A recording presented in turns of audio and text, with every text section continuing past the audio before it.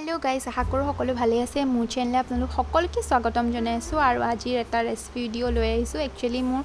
ভাতৰ লগত এটা স্পেশাল কিবা এটা খাব মন গৈছিলে কিন্তু মাছ মাংস একো নাছিলে হেতু কাৰণে ভাবিলো পটলৰ সবজি বনাও আৰু ভিডিওটো ৰেকৰ্ডিং কৰি ৰাখিলো যাতে আপোনালোকৰ কামত আহে হেতু কাৰণে মই পটলখিনি ভালদৰে সাফা কৰি ধুই গুল গুল কাটি লৈছো আলুখিনিও ধুনিয়াকৈ কাটি লৈছো একেটা সাইজতে আৰু পিয়াজ আৰু বিলাহী লাগিব আমাক একদম স্পেশাল হয়টো ৰেচিপি আপোনালোকে ৰুটি বা পুৰি লগতো খাব পাৰে আৰু আজি কিন্তু মই জিৰা ৰাইছৰ লগত বনাম হেতু কাৰণে ভাবিলো আপোনালোকৰ লগত ৰেচিপিটো শেয়াৰ কৰো এতিয়া পেন এখন গেছত তুলি লৈছো আৰু ইয়াতে অকমান মিঠা তেল দি দিছো তালকে যি তেল বিচাৰে দিব পাৰে মিঠা তেল অকমান গৰম হলত ইয়াতে মই প্ৰথমতে আলুখিনি ফ্ৰাই কৰি লম আলুখিনি অকমান ৰঙচুৱা হোৱালৈকে ফ্ৰাই কৰি লম মই আলুখিনি হালধি নিদু অকমান নিমখ দিম বাস তেনেকে মই ফ্ৰাই কৰিম অকমান ৰঙচুৱা মানে হোৱালৈকে গুটেকিটা সাইড অলপ অলপ সিজালৈকে মানে 80% মান সিজালৈকে তাৰ পিছত অকমান নিমখ দিছো গুটেকিটা সাইড লৰাই লৰাই অকমানকে ফ্ৰাই কৰি লম আৰু তেনে ধৰণে মই পটলখিনিও ফ্ৰাই কৰি লম আৰু পটলখিনিও অকমান গোল্ডেন কালাৰ হোৱালৈকে মই ফ্ৰাই কৰি লম গেছটো মই বহাই ৰাখিছো মাজে মাজে অকমান কমাইছো বহাইছো তেনেকে যেনেকে 80% মান কুক হয় আৰু তেনেকুৱা ধৰণে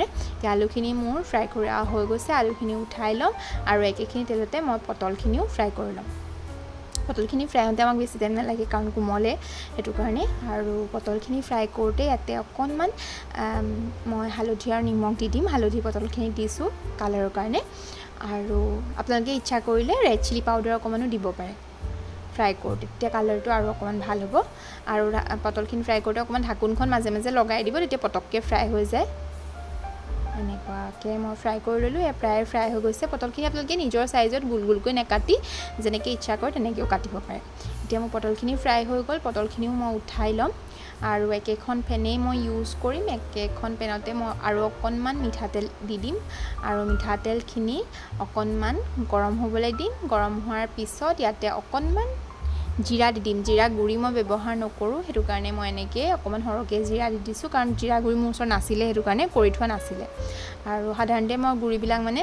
নিজে ঘৰতে বনাই লওঁ হেতু কাৰণে আৰু এতিয়া পিয়াজখিনি ধুনিয়াকৈ মিহি মানে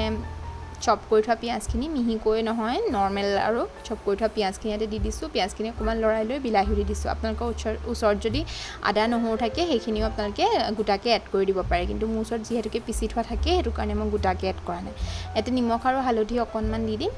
আৰু এইখিনি অকনমান তেলখিনি উলাই যোৱালৈকে অকনমান জাস্ট সিজি যোৱালৈকে আৰু অকনমান তেতিয়ালৈকে ফ্ৰাই মানে হেৰি কৰি লম ফ্ৰাই কৰি লম আৰু তাৰ পিছতে এইখিনি ঠাণ্ডা হ'বলৈ দিম ঠাণ্ডা হৈ কৰি পেলাই এটা পেষ্ট বনাই লম পেষ্টখিনি কৰাৰ পিছত আমি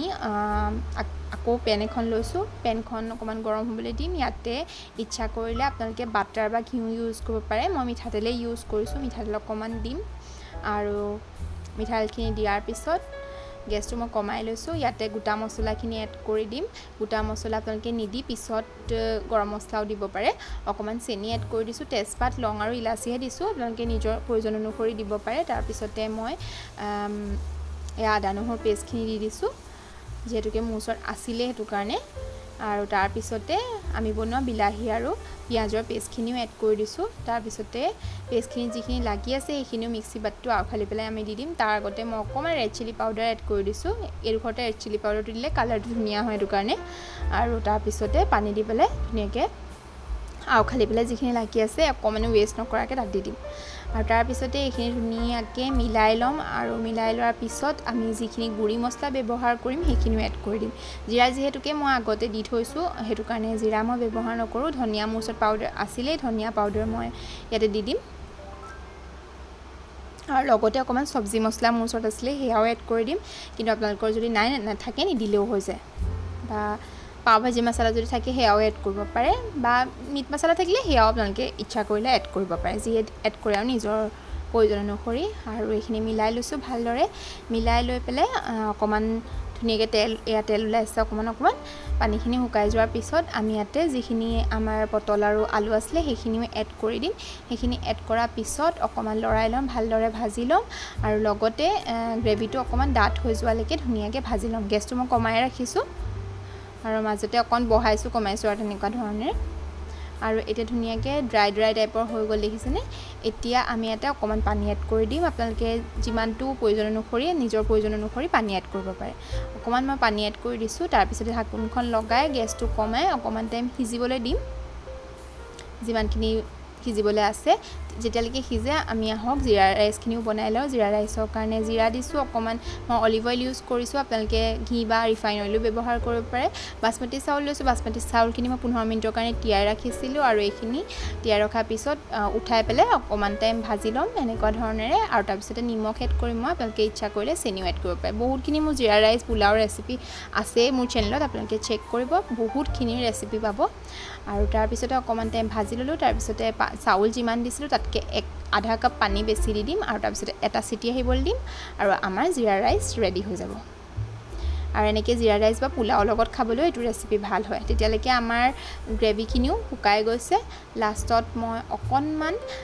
ক্ৰীম এড কৰিম মোৰ ওচৰত যিহেতুকে ক্ৰীম আছিলে সেইটো কাৰণে আপোনালোকে যদি ক্ৰীম নাথাকে গাখীৰৰ সৰু এড কৰিব পাৰে আৰু নিদিলেও কোনো কথা নাই খাবলৈ টেষ্টিয়ে হয় ক্ৰীমটো দি দিলে অকণমান ৰিচ হৈ যায় টেষ্টটো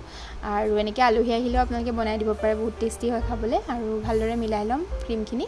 আৰু তাৰপিছতে এনেকৈ মিলাই লোৱাৰ পিছত আমি ইয়াতে খিচমিচ আৰু কাজু দি দিম অকণমান এমুঠিমান খিচমিচ আৰু কাজু দিলে ইয়াৰ টেষ্টটো আৰু ধুনীয়া হৈ যায় বহুত টেষ্টি হয় আপোনালোকে এনেকৈ যদি খিচমিচ আৰু কাজু দি খোৱা নাই যিকোনো মানে হেৰিতে দিব পাৰে ভাজিতে বহুত ভাল লাগে খাবলৈ এনেকুৱা ধৰণে বনোৱা ভাজিত অকণমান দি দিছোঁ আৰু ইচ্ছা কৰিলে লাষ্টত অকণমান গৰম মছলা দিব পাৰে কিন্তু মই নিদিওঁ কাৰণ মই গোটা দিছিলোঁ সেইটো কাৰণে আৰু অকণমান কচুৰি মেথি থাকিলে সেয়াও দিব পাৰে এতিয়া মোৰ এয়া হৈ গ'ল আপোনালোকে যিমানটো পনীয়া বা জুলীয়া কৰিব বিচাৰে তাৰ হিচাপত ৰাখিলেই হৈ গ'ল আৰু মোৰ এয়া হৈ গ'ল মই গেছটো অফ কৰি দিম তাৰপৰা থালিখন ৰেডি কৰি ল'ম একদম চিম্পল খানা হয় আপোনালোকৰ কিছুমানৰ সুবিধা হ'ব সেইটো কাৰণে মই দেখুৱালোঁ আশা থাকিল আপোনালোকে ভাল পাইছে বুলি জিৰা ৰাইচটো বহুত বেছি